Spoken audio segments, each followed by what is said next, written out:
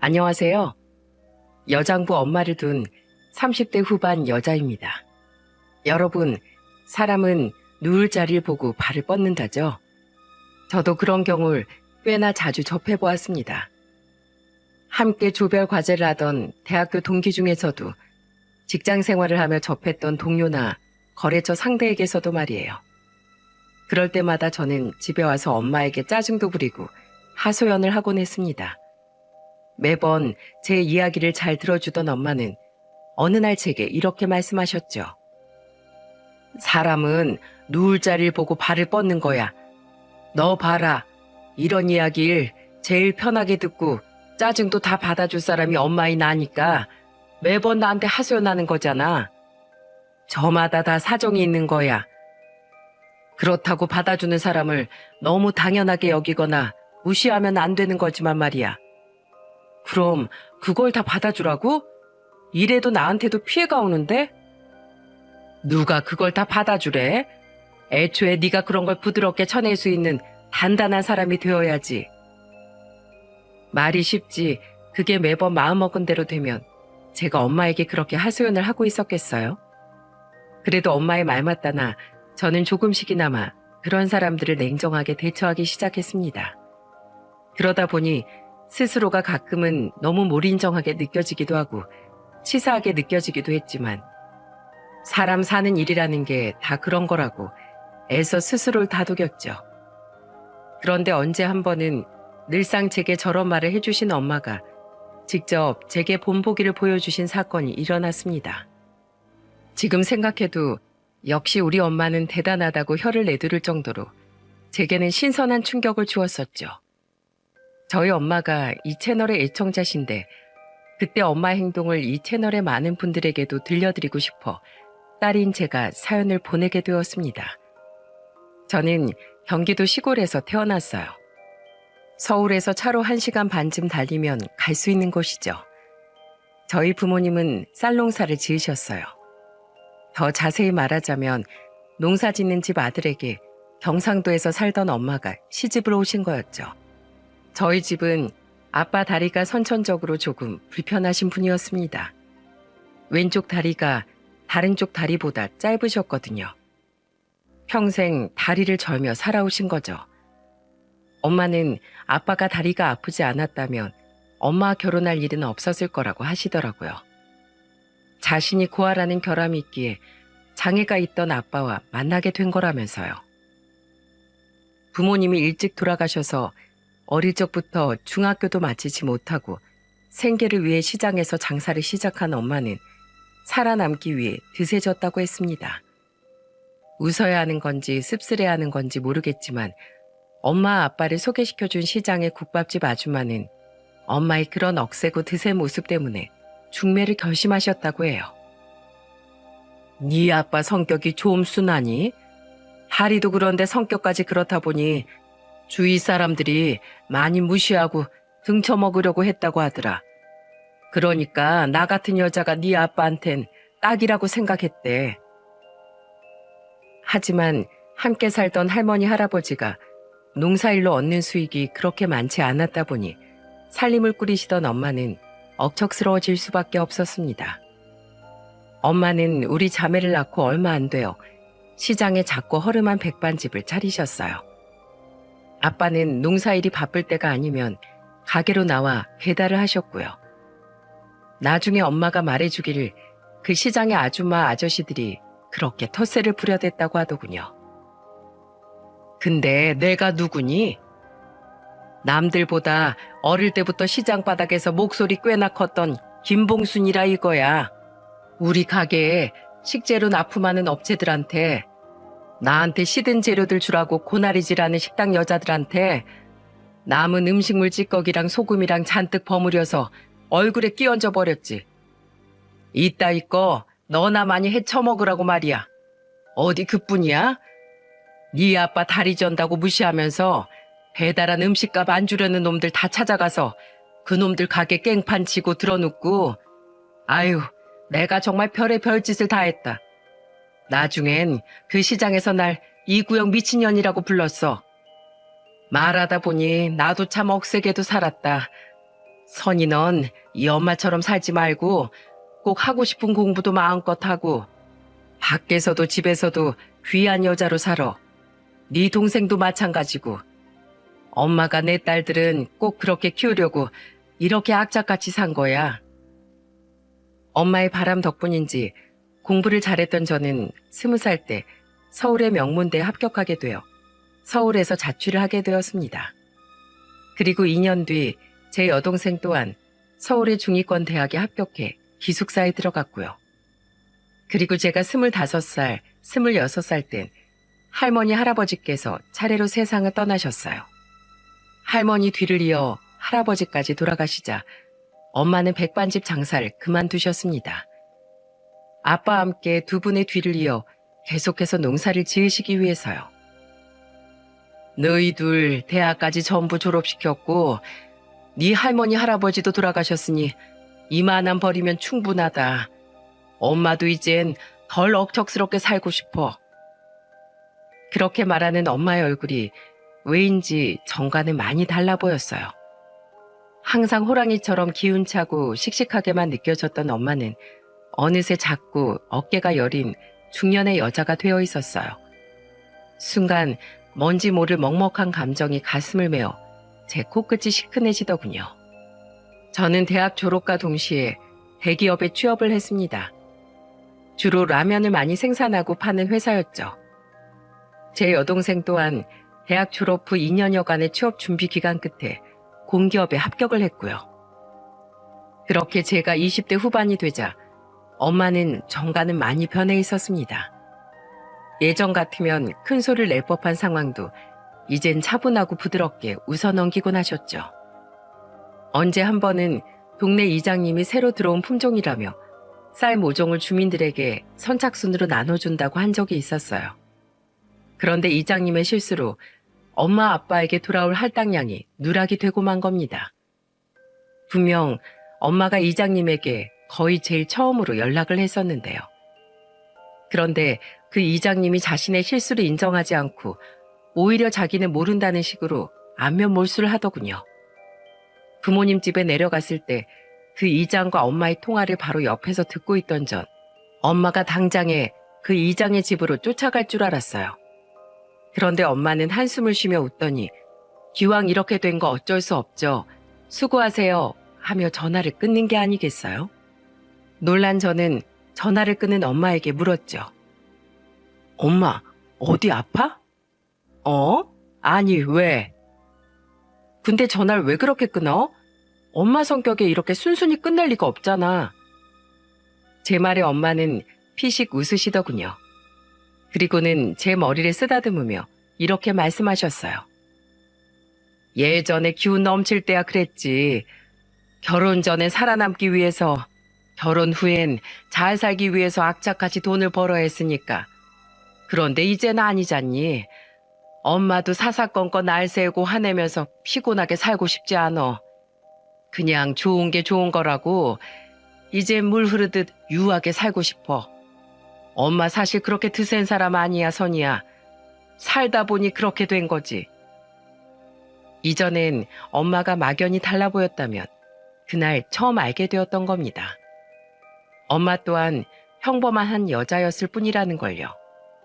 그리고 이듬해 제 나이 30에 논에 나가 일을 하던 아빠가 갑자기 돌아가시고 말았습니다. 뇌출혈이었어요. 엄마가 저녁을 차리러 일찍 집으로 돌아온 사이 쓰러지셨던 거죠.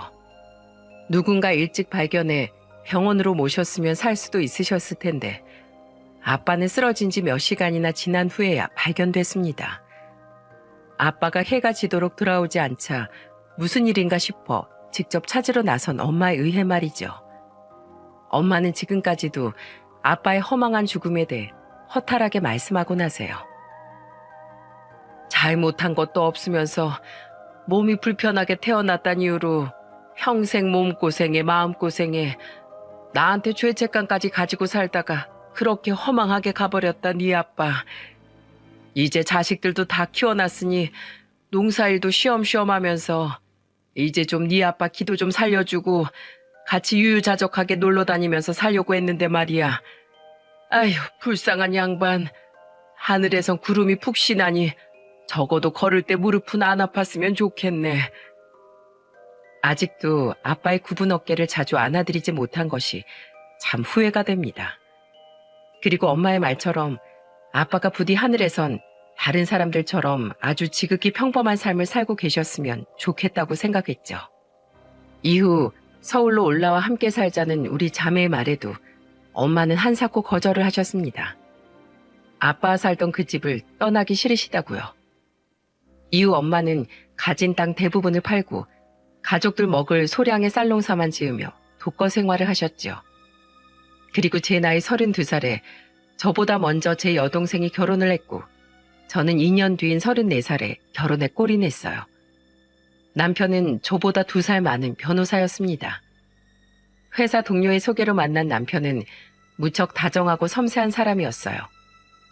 물론 섬세한 만큼 예민한 구석이 있긴 했지만 어떻게 사람이 다 장점만 가지고 있겠어요? 시댁 식구들은 무척 좋은 사람들이었습니다. 아유, 이렇게 예쁜 손에 물 묻히면 손 다 상한다. 우리 아들 시킬 테니까 아가 넌 저기 소파에 앉아서 네 시어머니랑 과일이나 먹고 있으렴. 네? 그래도 그럼 저 상 정리라도 할게요. 아서라 아서. 여기 너보다 힘세고 젊은 장정이 둘이나 더 있다. 얘 성민아, 뭐하니? 어디 네 형수한테 일을 시켜? 얼른 네 형수 손에서 저 반찬 그릇 뺏어라. 시댁에서 좀 특이한 점이 있다면 시어머니가 아닌 시아버지께서 요리며 집안일을 전부 하신다는 거였어요. 시어머니가 남편 나이 33쯤에 교통사고를 당해 다리에 장애를 얻으셔서 거동이 좀 불편하셨거든요. 저희 결혼식에도 휠체어를 타고 참석하셨을 정도로 말이죠. 그때 시아버지께선 하던 사업체를 전부 정리하신 후 시어머니를 돌보는 일에 전념하셨다고 합니다.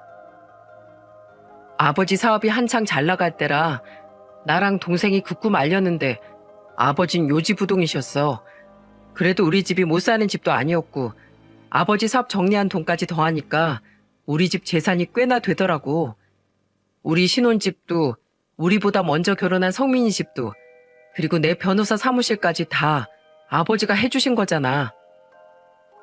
부유하시지만 자식들에게 해주신 걸로 생색 한 번 내지 않으셨던 시아버지와 항상 형수로서 절 존중해 주었던 시동생, 그리고 비록 몸은 불편하지만 저를 예뻐해 주셨던 시어머니 덕분에 저는 시댁 모임에 가는 길이 항상 즐거웠습니다. 한 명 조금 껄끄러운 사람이 있긴 했네요. 아버님, 여기 반찬통이요. 아니, 버섯볶음 말고요. 저 버섯 싫어하는 거 모르세요? 솔과비 남은 거랑 낙지볶음만 싸주세요. 나물들은 어머님, 아버님 많이 드시고요. 그건 바로 손아래 동서였습니다. 동서의 행동거지나 말본새를 보면 분명 시동생은 좋은 사람인데 어쩜 저렇게 생각 없고 무례한 사람과 결혼을 했나 싶을 정도였죠. 그런 동서를 보고 남편은 어깨를 으쓱이며 제게 말했습니다. 성민이 말로는 재수 씨가 연애 때는 안 그랬는데 결혼하고부터 점점 저렇게 변했다네. 일도 그만뒀대. 자긴 현모양처가 원래 꿈이었다고. 근데 지금 집에서 놀면서 성민이한텐 집안일 반반씩 하자고 한다나 봐. 뭐 어쩌겠어. 자기가 고른 여자니까 자기 책임이지. 하지만 제가 동서를 볼 날은 그리 많지 않았어요. 제가 결혼한 지 1년이 채 되지 않아 시동생은 동서와 이혼을 하고 말았거든요. 동서가 시동생에게 거짓말을 하고 피임을 하고 있다는 걸 들켰기 때문에 말입니다. 게다가 여태 시동생이 집에 가져다 준 돈을 주식 투자를 하다가 홀랑 날려먹은 사실까지 들켜버렸다더군요.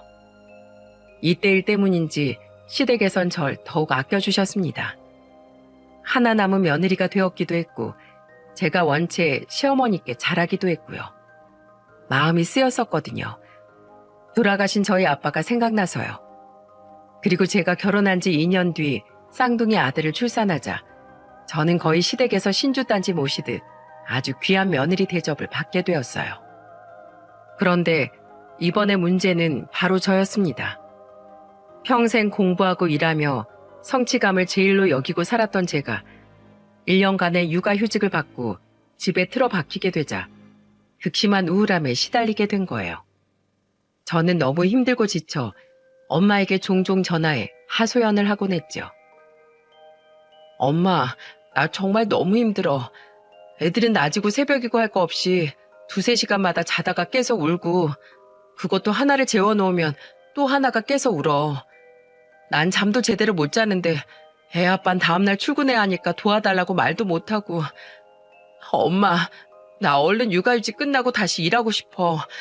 내 자식인데도 가끔 얘네가 너무 미워. 엄마, 이런 내가 이상하지? 난 모성애가 없는 걸까? 엄마는 제가 너무 걱정이 되셨는지 친정집으로 올라오셨더군요. 그리고 엄마는 잔뜩 상한 제 얼굴을 보고 깜짝 놀라시고 말았어요. 아이고, 우리 딸 얼굴이 반쪽이 됐네. 아니, 얼굴이 왜 이렇게 상했어? 너 밥은 챙겨 먹고 있는 거야? 저 아이 낳고 몇 달 사이 살이 10kg나 빠졌거든요. 그것도 예쁘게 빠지는 것도 아니고 뱃살은 힘없이 아래로 축 처진 채로요. 나중엔 거울 속 제 모습이 너무 볼품없고 끔찍해 거울을 보는 것조차 몸서리 처지기 싫더군요. 엄마는 제게 조심스럽게 말씀하셨어요. 선이야, 엄마가 올라와서 애들 좀 봐줄까? 아니야, 됐어. 엄마 그 집 떠나기 싫어하잖아.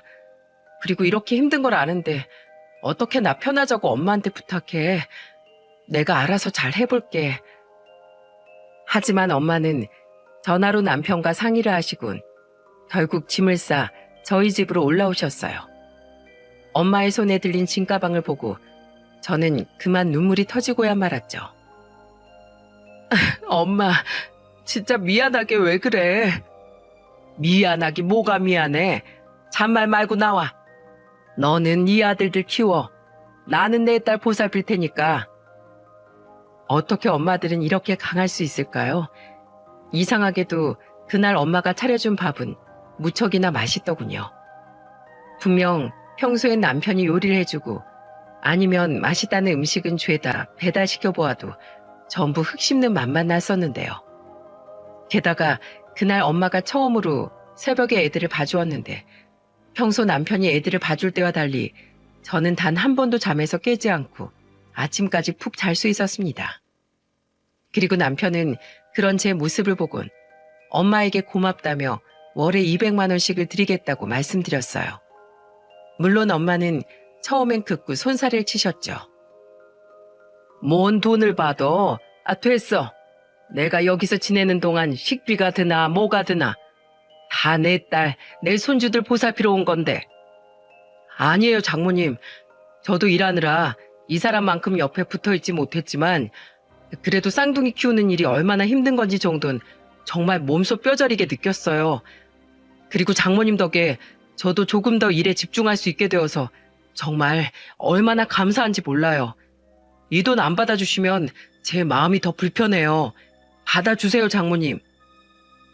남편의 간곡한 부탁에 엄마는 정말 마지못해 매달 그 돈을 받으시기로 했죠. 그렇게 엄마 덕에 저는 차츰 우울감을 극복할 수 있었습니다. 무엇보다 하루 종일 혼자만 집에 있다가 말 상대가 생겨서 너무 좋았어요. 게다가 그 상대가 세상에서 제가 제일 좋아하는 우리 엄마였으니 더더욱 말이죠. 그렇게 엄마의 도움으로 1년의 육아휴직을 마친 후 전 무사히 건강하게 복직을 할 수 있었어요. 그렇게 저와 남편은 회사를 다니고 엄마는 집에서 쌍둥이를 봐주는 시간이 계속됐습니다. 가끔씩 시부모님께서 놀러 오시거나 우리가 시댁으로 놀러라도 가는 날엔 엄마도 항상 함께 했어요. 처음엔 엄마는 한사코 거절하셨지만 시부모님께서 극구 원하셨거든요. 사부인 고생하시는데 식사 대접이라도 꼭 해드리고 싶다면서요. 저희 엄마 또한 아빠 생각이 나시는지 시어머니를 무척 챙겨주셨습니다. 같은 동년배의 여자여서 그런지 시어머니와 엄마는 굉장히 가까워지셨어요. 그렇게 행복하고 무탈한 날이 계속될 줄 알았는데 아빠 일도 그렇고 시동생의 이혼도 그렇고 왜 계속해서 사건은 생겨나는 걸까요? 제가 복직하기 이전부터 남편의 일이 잘 풀리지 않기 시작했습니다. 아무래도 집에 갓난 애들이 있다 보니 시끄럽고 어수선한 건 당연할 수밖에 없는데 예민했던 남편에겐 그런 것들이 굉장히 큰 스트레스로 다가온 것 같더군요.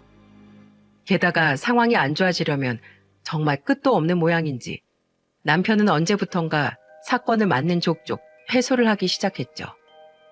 저도 처음엔 다음 사건은 잘 될 거라며 남편을 위로해주곤 했어요.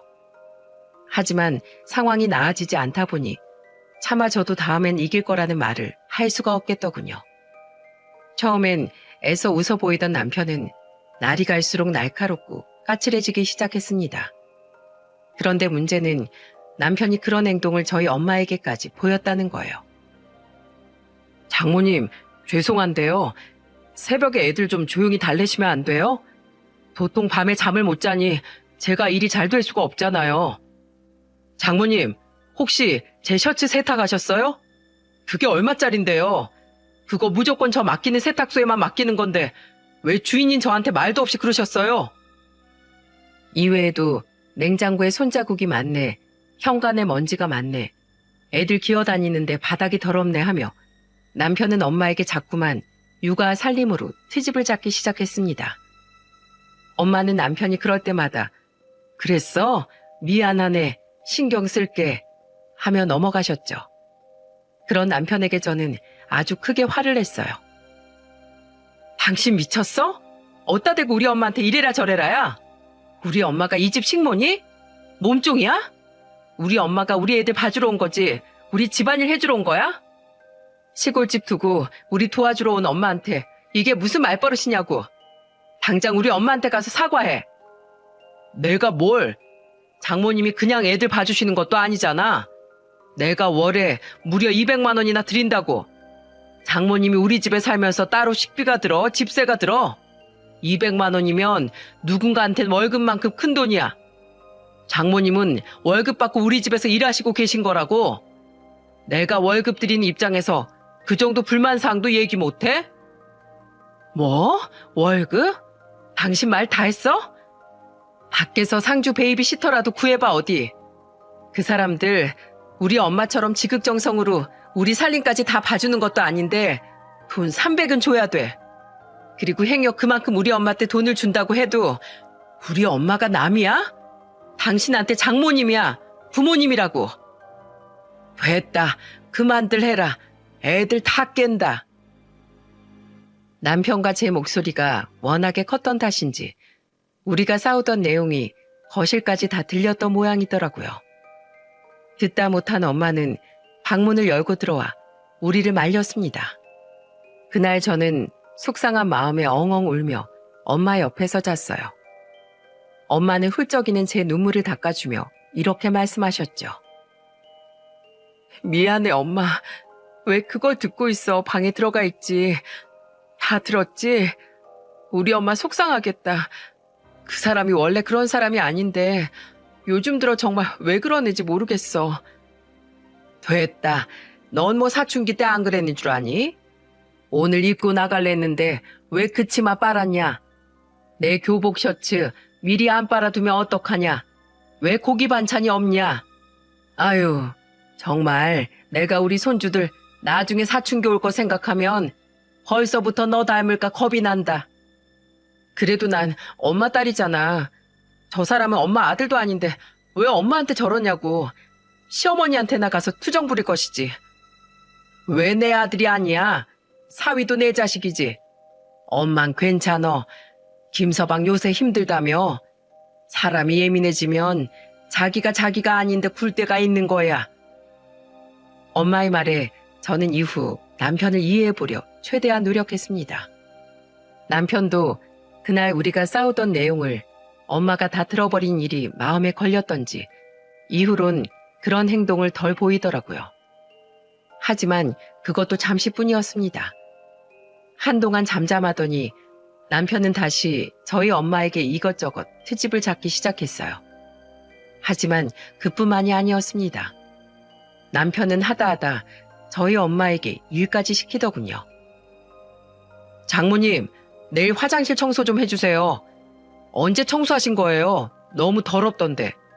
우리 엄마가 화장실 청소를 왜 해? 엄마가 무슨 청소부야? 됐어, 엄마, 하지 마. 내가 일 갔다 와서 할게. 진짜 별꼴이야. 더러우면 자기가 직접 하면 되지. 무슨 상전이야? 뭐? 당신 말 다 했어? 당신도 지금 나 매번 법정에서 진다고 무시하는 거야? 됐다, 됐어. 안 그래도 내가 어제 화장실 청소 한번 해야겠다 생각하고 있었어. 싸우지들 말어. 결국 전날 저는 반차까지 쓰고 집에 일찍 와서 화장실 청소를 했습니다. 행여 엄마가 정말로 화장실 청소를 할까 봐서요. 이외에도 남편은 엄마에게 베란다 물청소, 현관 청소에 유리창 닦기까지 정말 별의별 걸 다 부탁하더군요. 제가 중간에 맞긴 했지만 점점 제 안의 인내심은 사라지고 있었죠. 자꾸만 변해가는 남편과 참아주는 엄마 사이에서 견딜 수 없는 속상함을 느꼈어요. 그래서 너무 속이 상해 밤에 몰래 거실에 나와 울고 있는데 쌍둥이를 재우고 나온 엄마가 그만 제 모습을 보시고 만 겁니다. 선이야, 아니 왜 울어? 엄마, 왜 그 사람이 그러는 걸 참고만 있어? 난 정말 너무 속상해. 엄마, 그냥 내가 애들 어린이집 보낼 테니까 엄마 시골로 내려가. 왜 엄마가 저런 대우를 받아야 해? 아니다.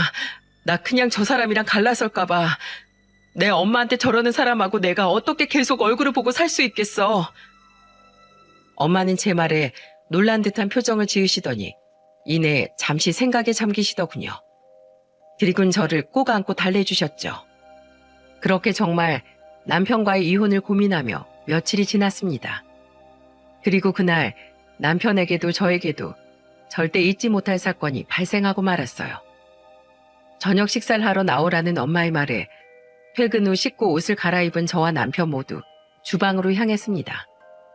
그런데 남편이 대뜸 엄마에게 웬 종이 한 장을 내밀더군요. 엄마는 이게 뭐냐는 표정을 지어 보이셨죠. 이거 식단표예요, 장모님. 요즘 힘드세요? 음식 맛이 너무 싱거워진 것도 같고 메뉴도 똑같은 거 매번 돌려서 차리시는 것 같아요. 가뜩이나 저 밖에서 일하는 거 요즘 너무 힘든데 집에서라도 잘 먹고 다니고 싶어요. 앞으로 저녁상 대충 차리지 마시고 제가 매주 이렇게 식단표 드릴 테니까 이렇게 음식 준비하세요. 아셨죠? 주부는 메뉴 고민하는 게 제일 큰일이라는데 이 정도 해드렸으면 장모님이 알아서 준비하실 수 있죠? 입이 떡 벌어졌습니다. 일하는 우리 대신 쌍둥이 돌보랴, 집안일 해주랴, 가뜩이나 힘든 엄마한테 지금 남편은 자기 먹을 저녁상까지 정성 들여 차리라는 아주 구체적인 개소리를 하고 있는 거였어요. 이성의 끈이 끊겼습니다. 저는 젓가락을 탁 소리가 나게 내려놓고 남편에게 한마디 하려고 자리에서 일어나려고 했어요. 하지만 예상치 못한 엄마 행동에 저는 그만 일어나다만 엉거주춤한 자세로 굳어버리고 말았죠. 바로 엄마가 남편의 얼굴에 그 종이를 구겨서 던져버리고 만 겁니다. 남편은 당황한 얼굴로 엄마를 바라보았어요. 하지만 엄마는 여전히 무표정을 유지한 채 다음엔 식탁에 올려져 있던 취나물을 남편의 얼굴에 다시 한번 던져버렸습니다. 그리고 그 다음엔 계란말이 한 조각을 던지셨죠. 장모님, 지금 뭐 하시는 거예요? 왜 사람 얼굴에 음식을 던져요? 결국 남편은 엄마에게 소리를 빽 질렀어요. 하지만 엄마의 목소리가 더 컸습니다. 엄마가 남편에게 생전 처음으로 호통을 치자 남편은 깜짝 놀랐는지 뒤로 주춤주춤 뒷걸음을 치더라고요. 자네야말로 지금 뭐 하는 건가? 어디 감히 장모 무서운 줄 모르고 사람이 오냐오냐 해줬으면 적당히 할 줄 알아야지. 변호사식이나 된 놈이 멍청하게 부모 자식 사이에 지켜야 할 기본적인 예절도 몰라? 내가 웃으면서 가만히 있으니까 내가 가만히 갔나? 아니, 나 시장 바닥에서 웬만한 남자들 다 이겨먹고 다니던 김봉순이야. 이제 좀 늙어서 우아하게 살아볼랬더니 소시적 성깔 나오게 만드네, 이 자식이. 자네, 내가 여태껏 입이 없어서 아무 말 안 했는 줄 알아? 돈 때문에? 200만 원? 필요 없어. 안 받아. 어디 쥐 코딱지만한 돈 주면서 상전놀이야? 내 남편도 우리 시부모님도 너처럼 몰상식하게는 안 굴었다. 내가 우리 딸 보고 내 딸 남편이니까 이만큼 참아준 거야. 어른 된 입장에서 나 때문에 내 자식 결혼 생활에 싸움질 오가는 거 싫어서. 근데 감히 내 딸을 울려? 그것도 몇 번이나? 식단 같은 소리 하고 있네. 어디 자네가 한번 애 둘 다 키우면서 식단대로 음식도 차리고 매주 화장실 청소에 베란다 청소에 현관 청소까지 싹 다 해보게. 선이 너 얼른 다시 옷 갈아입고 나와. 장모님. 뭐? 왜 불러? 자네가 날 장모라고 생각은 하고 장모님이라고 부르는 거야? 나를 장모라고 생각해서 여태 나한테 이딴 행동들 해댄 거냐고? 그런 거면 자넨 초등학교 도덕책부터 다시 읽고 오게. 오랜만에 보는 엄마의 염라대왕 같은 무시무시한 모습에 저는 겁을 먹고 빨리 옷을 갈아입고 나왔습니다. 엄마는 그 사이 몇 가지 짐을 챙기셨고 방에서 나온 제 손목을 잡고 성큼 집 밖으로 나와버리셨어요. 남편은 뒤에서 지금 이게 뭔 일인가 싶어 멍하니 우리의 뒷모습을 바라보고 서 있더군요. 엄마, 어디가? 애들은 데려가야지. 뭘 데려가? 어디 한번 일을 가든 말든 애들 보면서 호되게 한번 당해보라지. 몹쓸 놈. 자기 일이 잘 안 풀리는 게 가족 탓이야? 며칠 전에 네 말을 듣고 생각해보니 내가 무작정 참을 일이 아니었다. 내가 생각을 잘못했어. 만약에 그 집에 내가 없어서 봐라. 저놈이 그때 누구한테 히스테리를 부렸겠니? 바로 너야. 내가 그 꼴을 못 보지. 엄마는 휴대폰 어플로 택시를 부르셨어요. 그리고는 택시에서 누군가에게 아주 한참 동안 문자를 보내시더군요. 그렇게 택시를 타고 가던 저는 깜짝 놀라고 말았습니다. 그 길은 바로 저희 시댁으로 향하는 길이었거든요. 그렇게 도착한 시댁에선 시부모님과 시동생이 아주 심각한 표정을 짓고 우리를 기다리고 있더라고요. 엄마가 택시에서 오랜 시간 문자를 나누고 있던 사람은 다름 아닌 시어머니였던 겁니다. 시댁 식구들은 엄마에게서 자초지종을 모두 들은 모양이더군요. 사부인, 정말 죄송합니다. 제가 아들을 잘못 키웠어요. 정말 죄송합니다. 시아버지는 엄마에게 머리 숙여 사과하셨어요. 휠체어에 앉아 계시던 시어머니는 눈물을 흘리며 엄마의 손을 꼭 잡으셨고요. 사부인, 제가 정말 면목이 없네요. 그래도 아주 단단히 화나고 속상하셨을 텐데 이 일을 부모인 우리와 상의하려고 달려와 주셔서 저랑 남편이 얼마나 사부인께 고마운지 몰라요. 시동생은 그 사이 물 2잔을 떠 거실 위 테이블에 올려놓더군요. 그리고 모두가 둘러앉은 그 자리에서 저는 엄마의 이야기에 무척이나 놀라고 말았죠. 두 분께는 죄송한 말이지만 김서방이 이 일을 계기로 잘못을 뉘우치고 변하지 않으면 저는 제 딸을 종용해서라도 이혼을 시킬 생각입니다. 제가 시골을 다시 내려가도 분명 김서방은 제 아이에게 제게 한 짓을 또 할 테니까요. 그래서 말인데 두 분, 아니 사돈 총각도 제게 협조를 좀 해주셨으면 좋겠습니다. 암요 사부인, 말씀하시지요. 내일이나 모레쯤 분명 김서방의 애들을 봐달라고 부탁하러 전화를 하든 찾아오든 할 텐데 그거 받아주지 마세요. 그리고 우리 다 같이 한동안 제 시골집에서 좀 지내십시다. 도대체 이게 무슨 말인가 싶었어요. 시댁 식구들도 어리둥절한 표정이었고요. 엄마는 어깨를 으쓱하곤 말을 이으셨어요. 애들 데리고 무작정 애들 좀 봐달라고 이 집으로 쳐들어올지도 모르잖아요. 김서방도 겪어봐야지요. 어디 혼자 밥하고 일하고 애들 보고 집안일하며 살아보라죠.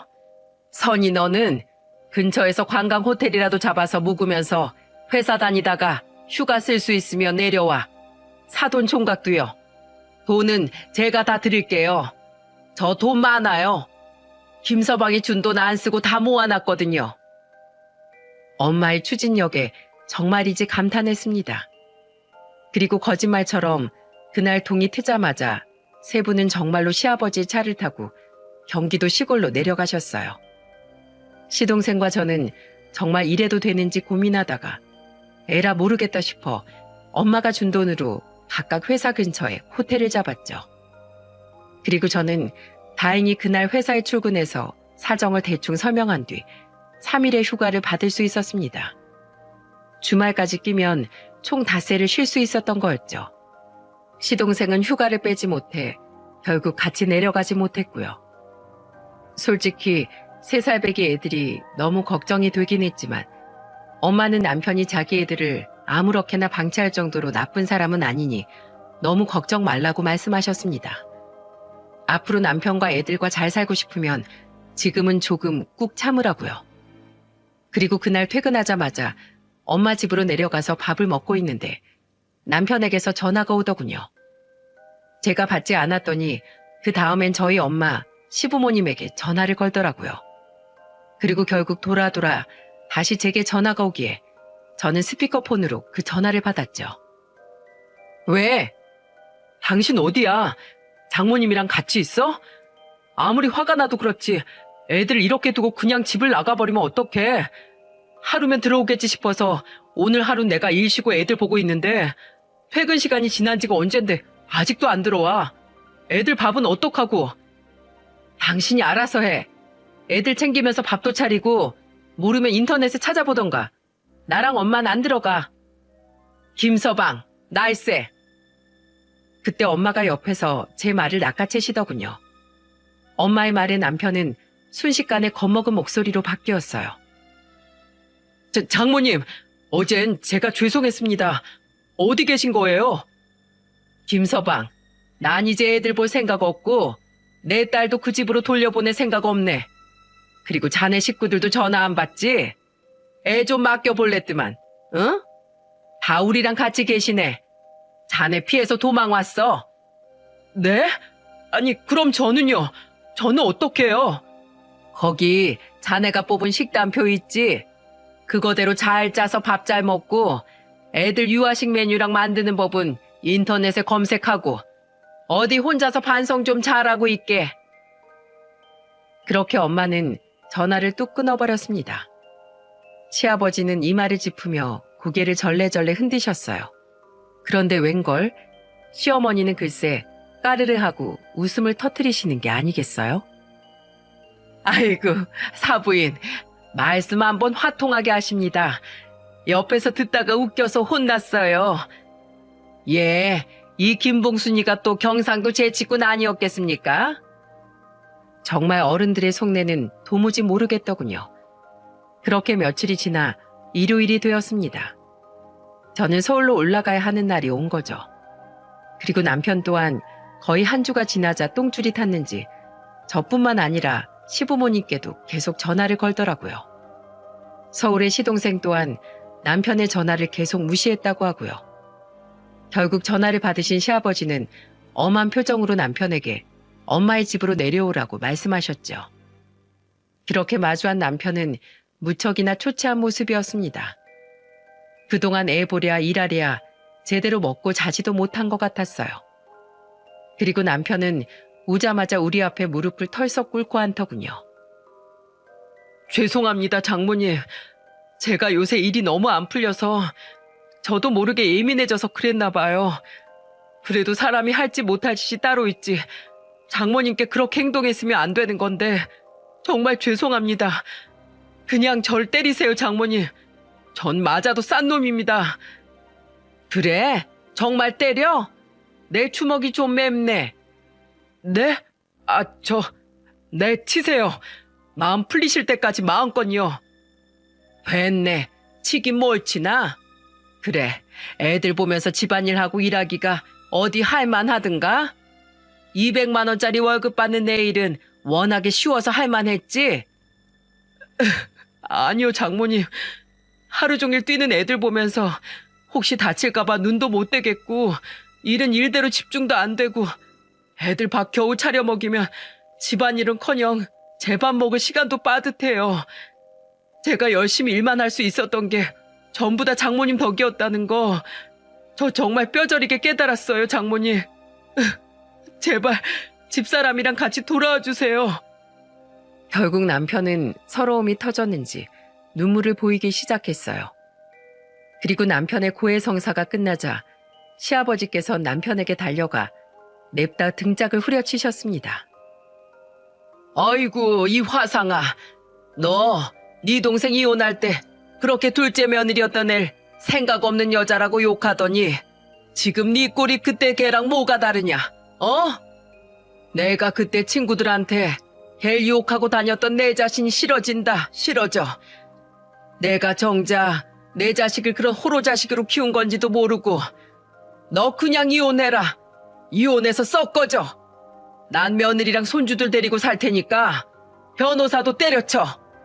이 인성도 덜 된 놈이 억울한 남의 변호나 제대로 할 수 있겠어? 네가 사람이 덜 됐으니까 사건도 맞는 족족 패소한 거야. 일이 안 풀린다고 가족한테 히스테리 부릴 시간에 너 자신이나 한번 돌아봐라. 그렇게 남편은 계속해서 죄송하다고 엉엉 울며 빌었고 어른들의 한숨 소리는 한동안 거실을 메웠습니다. 그러자 남편은 눈물로 범벅이 된 얼굴을 들어 제게 말하더군요. 여보, 정말 나 용서 안 해줄 거야? 뭘 나한테 물어? 당신이 잘못한 건 우리 엄마인데. 엄마가 용서 안 하면 나도 당신 용서 안 해. 장모님, 제가 정말 앞으로 잘할게요. 정말로 한 번만 용서해 주세요. 네? 엄마는 남편을 지그시 내려다봤어요. 그리고 남편에게 이렇게 말씀하셨습니다. 도덕책은 다 읽었나? 아니요. 시간이 없어서 서울 가서 당장 구해서 읽겠습니다, 장모님. 남편의 말에 엄마는 결국 피식 웃으시더라고요. 이후 남편은 시어머니에게도 실컷 구박을 듣고서야 겨우 무릎을 펴고 자리에서 일어날 수 있었어요. 그리고 그날 우리는 모두 며칠간의 시골 휴가를 끝내고 다시 서울로 돌아오게 되었죠. 오랜만에 본 저와 엄마를 보고 애들이 얼마나 울었는지 모릅니다. 저도 엄마도 사실 애들을 무척이나 걱정했던 터라 애들을 보자마자 눈물이 터져서 한참을 울었죠. 아주 집이 개판이구먼. 엄마의 말에 남편은 멋쩍게 뒤통수를 긁적였어요. 엄마 말대로 집은 정말 돼지우리였어요. 결국 그날 엄마가 애들을 보는 사이 저와 남편은 새벽까지 대청소를 끝냈죠. 그동안 엄청난 피로가 쌓여 힘들었을 텐데도 남편은 뭐가 그렇게 좋은지 계속해서 싱글벙글 웃더라고요. 그리고 자기 전 남편은 제 손을 잡고 이렇게 말했습니다. 나 안 버려줘서 고마워, 여보. 그렇게 어느새 벌써 1년이 지났네요. 4살이 된 저희 애들은 다행히 크게 아픈 것 없이 잘 자라고 있어요. 아마 엄마가 그만큼 애들을 잘 돌봐주셨기 때문이겠죠. 엄마는 아예 시골집과 땅을 처분하셨습니다. 그때 사돈들하고 너랑 내려갔을 때 보니까 집을 한참 비워두니 청소하는 것도 일이고 관리를 제대로 못했으니 망가진 데도 많더라. 모름지기 집엔 사람이 살아야 하는데 말이야. 그렇다고 네 아빠 유령만 그 집에 떠돌게 둘 순 없잖니. 이제 정말로 네 아빠 내 마음에서 훨훨 떠나보내련다. 그리고 엄마는 다시 남편에게 화내기 전에 인자한 모습으로 돌아오셨습니다. 하지만 남편은 엄마의 그때 모습이 여전히 뇌리에 강력하게 박혀있나 보더라고요.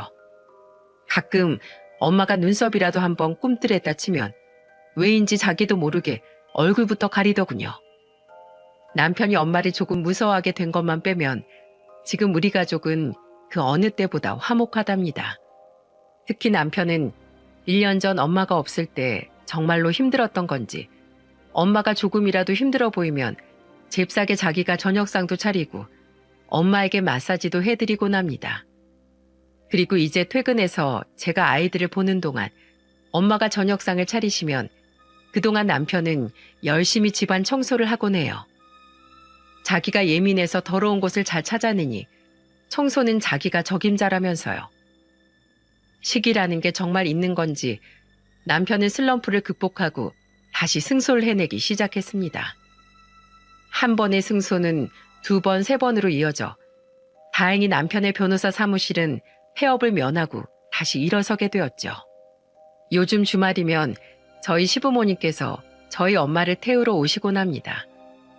그렇게 시어머니의 휠체어를 엄마와 시아버지가 돌아가며 밀며 세 분이서 서울 근교든 멀리든 유유자적하게 놀러 다니시곤 해요.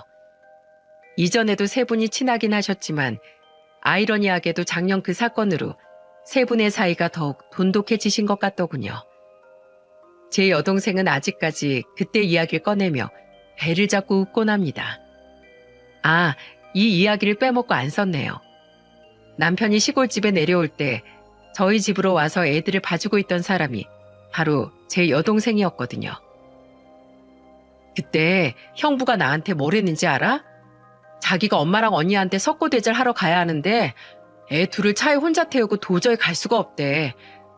제발 사람 한 명 살리는 셈 치고 몇 시간만 와서 봐달라고 나한테 엄청 사정하더라. 형부 그때 진짜 참교육 제대로 받았던데? 여동생은 최근 7살이 된 딸의 교육 문제로 저희 집에서 멀지 않은 곳으로 이사를 왔어요. 학군이 좋은 곳에서 초등학교 시절 시작을 해야 한다면서요. 덕분에 저희 집에 놀러 오는 일이 잦아졌는데 아직도 볼 때마다 자신을 놀리는 여동생 덕에 남편은 종종 울상이 되곤 합니다. 여러분, 살다 보니 엄마는 나이가 들수록 제 엄마이기도 하지만 어떤 땐 인생의 조언자이기도 하고 또 어떤 땐 선생님이자 가장 좋은 친구가 되기도 하더군요. 그런 엄마가 언젠가 제 곁을 떠난다는 생각만 해도 저는 가슴이 미어지곤 합니다.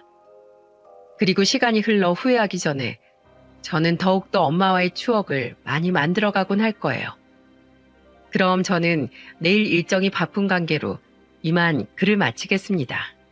사실 시동생이 아주 좋은 여자분이랑 재혼을 하게 되어 내일 상견례 자리에 나가야 하기에 얼굴에 팩이라도 붙이고 자야 하거든요. 여러분, 자다가도 엄마 말을 들으면 나이가 40이 다 되어서도 여전히 자다가도 떡이 떨어집니다. 당연한 말이지만 항상 부모님 말씀 잘 듣고 어른의 지혜는 새겨 듣자고요. 제 사연 여기까지 들어주셔서 감사합니다. 다들 행복한 하루 보내세요.